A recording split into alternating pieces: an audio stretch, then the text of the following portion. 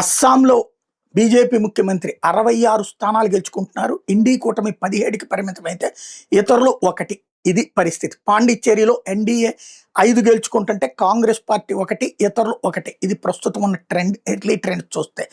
తద్వారా చూస్తే భారతీయ జనతా పార్టీ అస్సాంలో మూడవసారి హ్యాట్రిక్ విజయం. ఒకప్పుడు అస్సాంలో భారతీయ జనతా పార్టీకి ఉనికి కూడా లేదు. Congress party number 1. ఆ తర్వాతన ఏదైతే అస్సాం గణ పరిషత్ లాంటి పార్టీలు వచ్చినాయి, అట్లాంటి స్టేజీ నుంచి 2 సార్లు వరుసగా గెలుచుకొచ్చింది భారతీయ జనతా పార్టీ. ఇప్పుడు మూడోసారి 66-18-1. ఇప్పుడు నేను ఈ వీడియో చేస్తున్నటువంటి సందర్భానికి ఎర్లీ ట్రెండ్స్లో చూసుకుంటే అద్భుతమైనటువంటి తేడా కనబడుతోంది. తద్వారా మూడవసారి హ్యాట్రిక్ కొట్టినట్టయింది. భారతీయ జనతా పార్టీ సింగిల్గా అధికారంలో ఉన్నటువంటి పార్టీ, కాంగ్రెస్ పార్టీగా పక్కన పెట్టి కొట్టినటువంటి పార్టీ. కాంగ్రెస్ బీజేపీల మీద నేరుగా పోటీ జరుగుతున్నది అక్కడే. అట్లాంటి చోట్ల వచ్చినటువంటి ట్రెండ్ స్పష్టంగా కనబడుతోంది.